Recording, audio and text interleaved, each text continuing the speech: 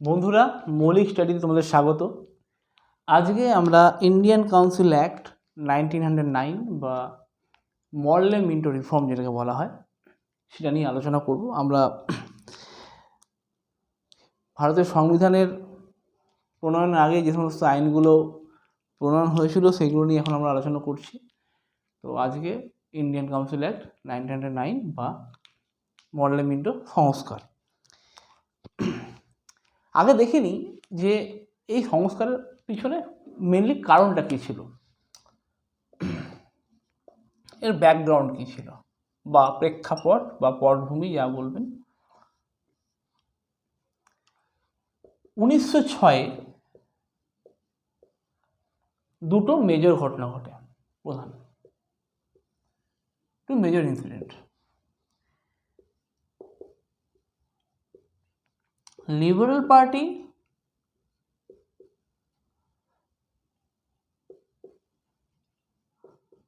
came to power in Britain,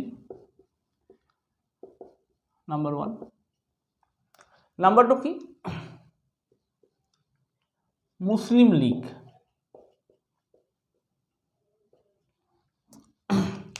1906 সালে দুটো প্রধান ঘটনা ঘটলো। একটা হচ্ছে লিবারেল পার্টি ব্রিটেনে পাওয়ারে এলো, ক্ষমতাতে। আর একটা হচ্ছে আগা খান এবং সলিমুল্লাহর নেতৃত্বে ঢাকাতে 1906 সালে মুসলিম লীগ গঠন হলো। ঠিক আছে, তো এরা যখন ক্ষমতায় এলো একটা চিন্তা এলো যে একটা ভাবনা চিন্তা এলো লোকের মধ্যে, ভারতীয়দের মধ্যে, যে হয়তো ইন্ডিয়া গেট ম্যাক্সিমাম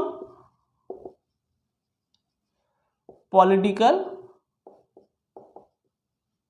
ফ্রিডম। হয়তো ইন্ডিয়া একটা ম্যাক্সিমাম রাজনৈতিক স্বাধীনতা পাবে অনেকটা। মুসলিম লীগের আবার দাবি ছিল যে সেপারেট ইলেকটোরেট করতে হবে। ইলেকটোরেট মানে পৃথক নির্বাচন। ঠিক আছে, ডিমান্ডস, মুসলিম লীগ ডিমান্ডস বা ডিমান্ডেড যা লিখবেন সেপারেট ইলেকটোরেট। আর কি, অ্যাটলিস্ট তখন কি ছিল, ভাইসরয়ের যে এক্সিকিউটিভ কাউন্সিল সেখানে কোনো ইন্ডিয়ানস অ্যালাউ ছিল না। এখানে বলছে যে অ্যাটলিস্ট 2 ইন্ডিয়ানস ইন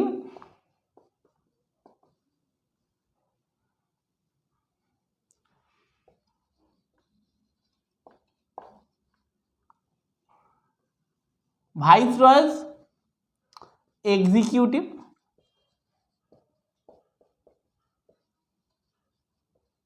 কাউন্সিল। অন্তত 2 জন ভারতীয়কে ভাইসরয়ের এক্সিকিউটিভ কাউন্সিলে রাখতে হবে, যাদের মধ্যে একজন হবে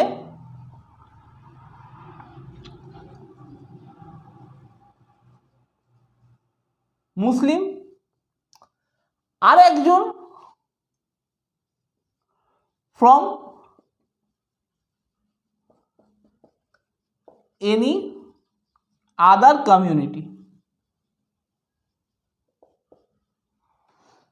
একজন মুসলিম হবে আর একজন যে কোনো কমিউনিটি হতে পারে।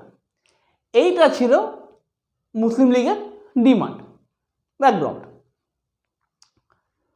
সেই সময় মরলে হচ্ছে secretary of state of India, Bharat সচিব, আর মিন্টো হচ্ছে তখন ভাইসরয়।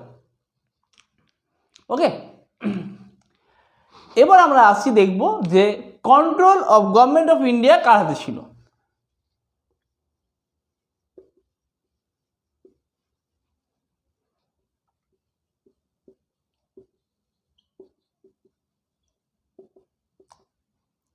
সেই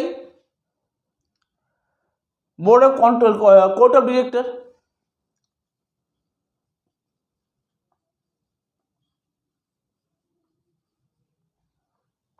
ওকে, ওদের হাতে ছিল 18 জন, যে কোড অফ ডিরেক্টর ছিল তাদের হাতে। অ্যাডমিনিস্ট্রেশন,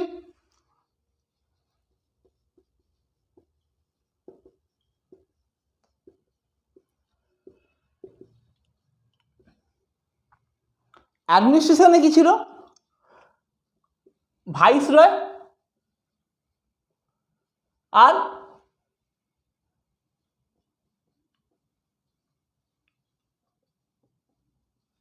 এক্সিকিউটিভ, 6 এক্সিকিউটিভ কাউন্সিলর্স, ঠিক আছে তো।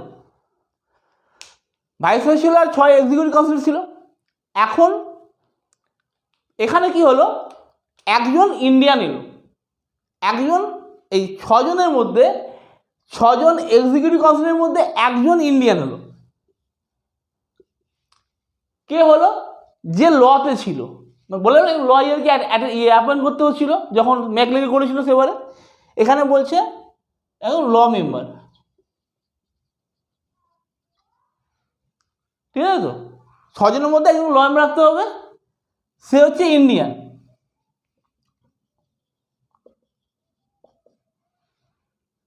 নাম কি, এসপি সিনহা বা সত্যেন্দ্র প্রসন্ন সিনহা।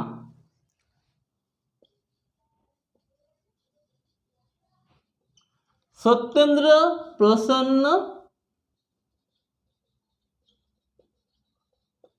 সিনহা, ওকে। এবার এ হচ্ছে ফার্স্ট ইন্ডিয়ান এক্সিকিউটিভ কাউন্সিল, যে ঢুকলো এক্সিকিউটিভ কাউন্সিলের ফার্স্ট ইন্ডিয়ান, যে, ঠিক আছে তো, এসপি সিনহা। এখন ব্যাপারটা হয়ে গেল, মুসলিম লীগ গেল রেগে, কারণ ওদের ডিমান্ড কী ছিল, ওদের ডিমান্ড ছিল যে দুজনকে, অ্যাটলিস্ট দুজনকে রেখে দিতে হবে, একজন মুসলিম হতে হবে, আরেকজন যে কোনো কমিউনিটি থেকে। এখানে একে করে দিল, তো মুসলিম লীগ গেল খেপে। তো যাই হোক, এরপরে যিনি নেক্সট হয়েছিলেন ল মেম্বার, তিনি একজন মোহামেডানি ছিলেন, মুসলিমই ছিলেন তিনি একজন, ঠিক আছে। এরপরে আমরা আসব সেন্ট্রাল লেজিসলেচারে। সেখানে একটা মেজর চেঞ্জ এলো, বেশ ভালো মতো চেঞ্জ।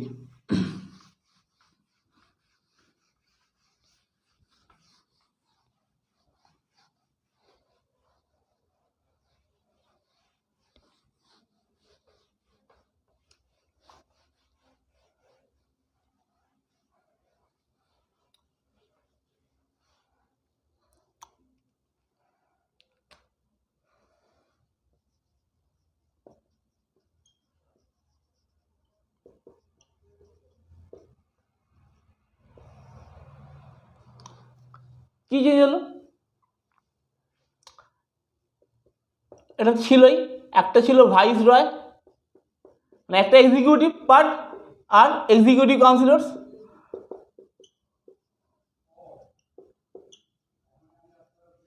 ছজন, মোট 7 এক্সিকিউটিভে, 6 জন, ভাইস রয় 7 জন।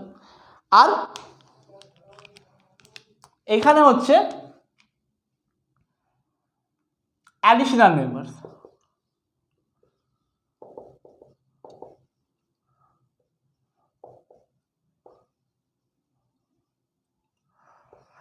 আচ্ছা। অ্যাডিশনাল মেম্বার্স আগে কত ছিল, ওখানে 1892-তে কী হয়েছিল, 10 থেকে বেড়ে 16 হয়েছিল। এইখানে কি হলো, 16 থেকে বেড়ে 60 হলো, মানে মিনিমাম 16 থাকতে পারে, ম্যাক্সিমাম 60 জন থাকতে পারে, ঠিক আছে। এই 60-এর ভাগটা দেখুন,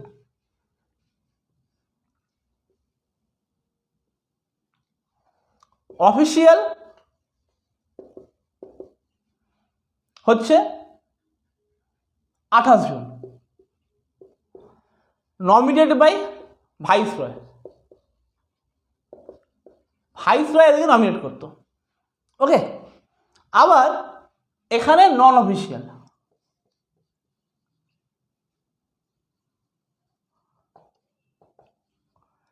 নন অফিসিয়ালের হচ্ছে কতজন, 32 জন, 32। এইটার ভাগটা এরকম, এদের মধ্যে 5 জনকে ভাইসরয় নমিনেট করতো, আর 27 জন ইলেক্ট হয়ে আসতো।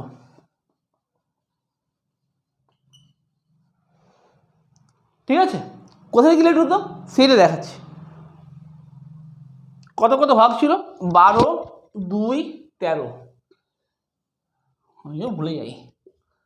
12 জন, 12 জনকে কত হতো elected by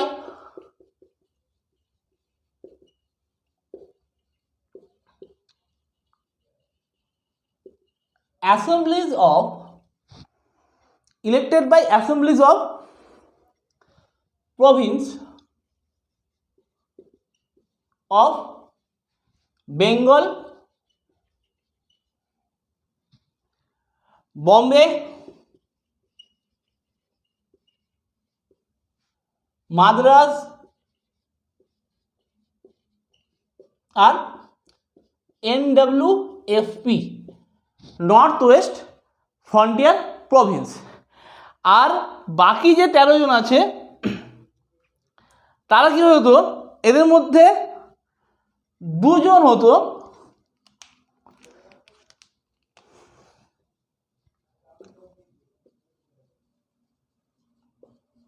chamber of commerce থেকে।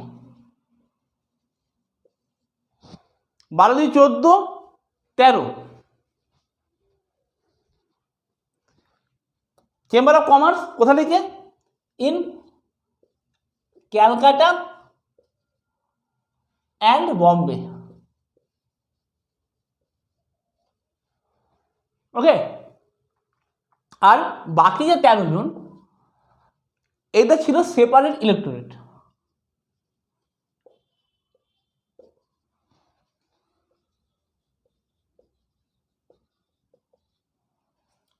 এই 13 জনের মধ্যে 5 জন মুসলিম লিখে এসেছিল আসতো, 6 জন জমিদার বা ল্যান্ডলর্ড আর 2 জন বিজনেসম্যান।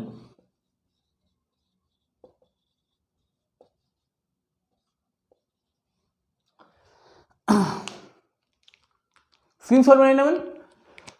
এইটা হচ্ছে সেন্ট্রাল লেজিসলেচারের মডেল ইন্টু রিফর্মের স্ট্রাকচার। দেখুন এখানে অ্যাডিশনাল মেম্বারটা বাড়লো, ইন্ডিয়ান মেম্বারটা বাড়ছে, ঠিক আছে তো? আচ্ছা, কিন্তু ওই ব্যাপারটা সেম থাকছিল, অফিসিয়াল মানে নমিনেট আর অফিসিয়াল আর অ্যাডিশনালের মধ্যে যে নন অফিসিয়াল গ্রেটার দেন আলটিমেটলি হবে, কারণ 28 আর 6 34, 28 আর 7 35। যদি আমি বলি যে অফিসিয়াল সবসময় বলেছিলাম নন অফিসিয়ালের থেকে বড় হবে,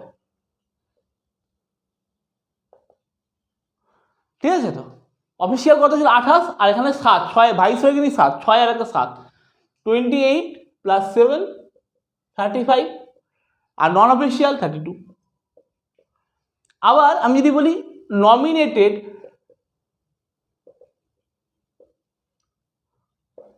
ইলেক্টেডের থেকে গ্রেটার হবে, কি করে? নমিনেট 28 জন আর 5 33 জন, আর বাকি 27 জন হচ্ছে ইলেক্টেড, ঠিক আছে? এরপরে আমরা আসবো প্রভিন্সে। স্ক্রিনশট মেনে নেবেন।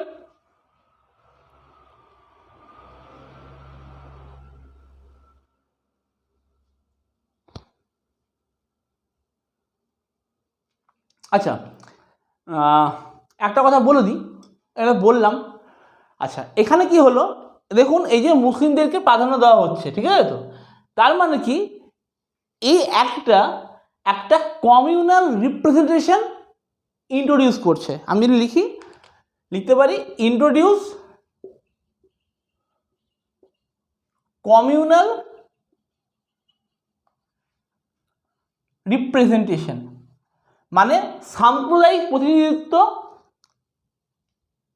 প্রবর্তন করলো।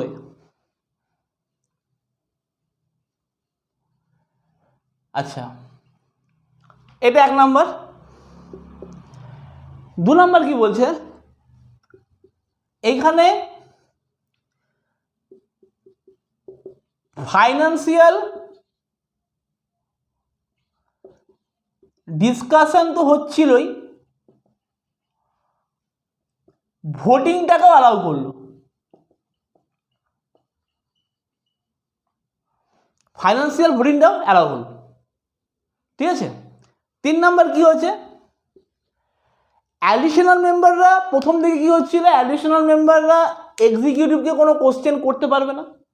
আগেরটা 18 হলে হ্যাঁ কোশ্চেন করতে পারবে, কিন্তু 6 মাসের মানে একটা নোটিশ দিতে হবে, 6 দিনের নোটিশ দিতে হবে, 6 days নোটিশ দিতে হবে, তাতে করতে, তাহলে ওরা প্রশ্ন করতে পারবে। আর এক্সিকিউটিভ যে অ্যান্সারটা দেবে তাতেই অ্যাডিশনালকে সন্তুষ্ট হতে হবে, কোনো সাপ্লিমেন্টারি কোশ্চেন করা যাবে না। কিন্তু এইখানে কি হলো, এইখানে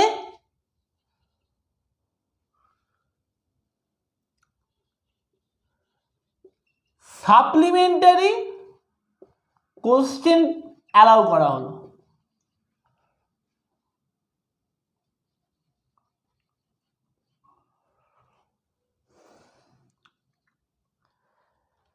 এখন অ্যাডিশনাল মেম্বাররা এক্সিকিউটিভকে সাপ্লিমেন্টারি কোশ্চেনও করতে পারবে, ঠিক আছে। তো এই হলো আমার সেন্ট্রাল লিজিসলেচারে যা গল্প ছিল এতদূর। এবার প্রভিন্সে কি হচ্ছে,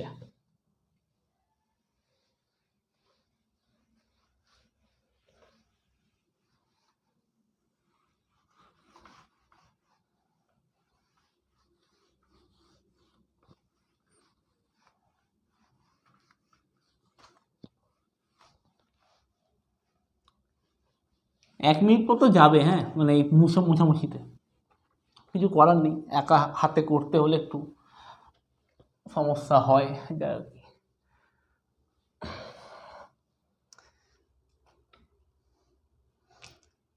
প্রভিন্সিয়ালে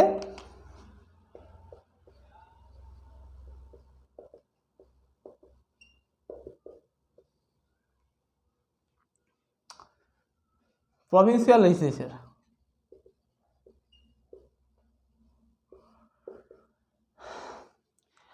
সাত জায়গায় হয়ে গেল।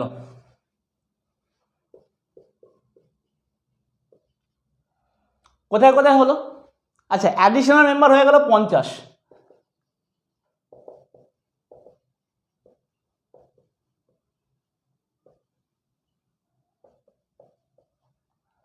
ঠিক আছে। 7টা প্লেস কোথায় কোথায় হয়েছে, যা ছিল মাদ্রাজ, বম্বে, বেঙ্গল,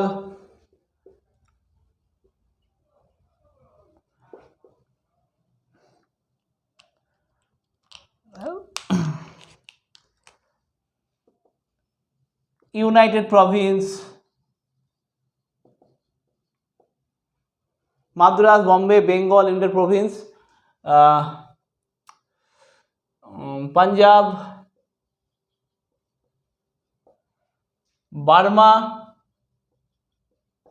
আর আসাম, ঠিক আছে। এখান থেকেই 30টা অ্যাডিশনাল মেম্বার নেওয়া হতো, ঠিক আছে তো। আর এইখানে এই প্রভিন্সিয়াল নন অফিসিয়াল মেম্বার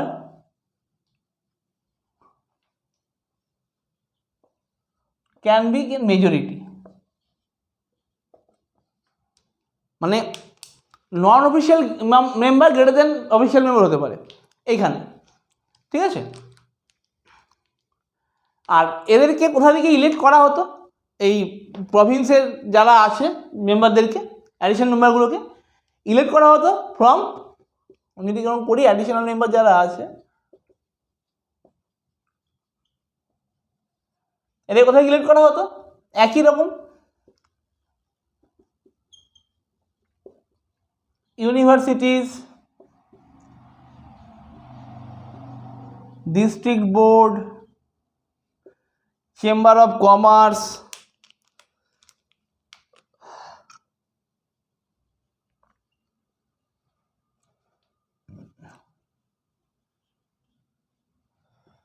মিউনিসিপ্যালিটিজ,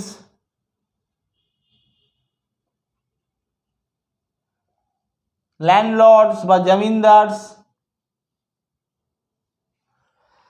ঠিক আছে, এদেরকে করা হতো।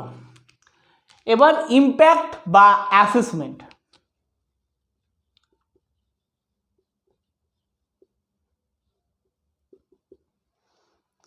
কি হলো, যখনই এখানে মুসলিমদেরকে গুরুত্ব দেওয়া হচ্ছে, মানে একটা কমিউনাল রিপ্রেজেন্টেশন হচ্ছে, একটা হিন্দু মুসলিমদের মধ্যে একটা দূরত্ব হচ্ছে, এইটা কিন্তু চালাকি করে করা হয়েছিল, এটা একদম চক্রান্ত করে করা হয়েছিল, ঠিক আছে। তো যাতে ঝামেলাটা লাগানো যায়, তো হিন্দু মুসলিমদের মধ্যে একটা দূরত্ব আস্তে আস্তে তৈরি হচ্ছে, ঠিক আছে। কংগ্রেস কিন্তু এটা প্রোটেস্ট করলো, কিন্তু মুসলিম লীগ এটাকে ওয়েলকাম করলো, যে হ্যাঁ ঠিক আছে আমরা মেনে নিচ্ছি, এটা কোনো অসুবিধা নেই, ঠিক আছে। Distance between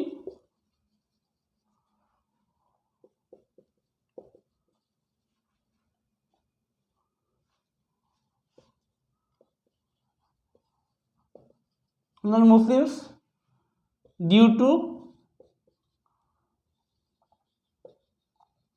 communal representation,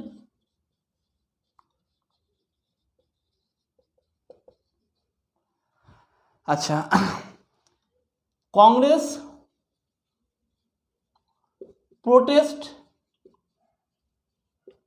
protested, মুসলিম লীগ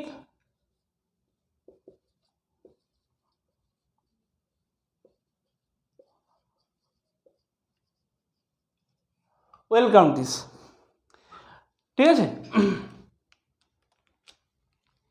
আচ্ছা, আর কি অ্যাসেসমেন্ট দেওয়া হলো, লেজিসলেটিভ কাউন্সিলটা কি এক্সপ্যান্ড করছে, ঠিক আছে। তো মানে ইন্ডিয়ান পার্টিসিপেশনটা, ইন্ডিয়ানদের পার্টিসিপেশন বাড়ছে,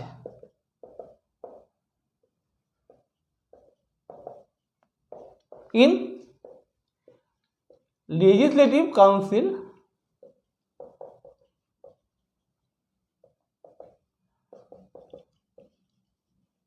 increased, ওকে। আর কি হলো, যারা ইলেক্টেড ইন্ডিয়ান ছিল তারা বিভিন্ন আলোচনাতে, বাজেটারি যে ডিসকাশনগুলো সেগুলোতে আলোচনা নিতে পারতো, টেবিল রিজলিউশনে বসতে পারতো, ঠিক আছে। তো আর বিভিন্ন কমপ্লিমেন্টারি ম্যাটার এগুলোতে আবার আলোচনা করতে পারতো, বিভিন্ন ডিবেটে অংশগ্রহণ করতে পারতো, ঠিক আছে। এই ব্যাপারগুলো হয়েছিল মোটামুটি, যারা ইলেক্টেড ইন্ডিয়ান ছিল তারা এগুলো করতে পারতো,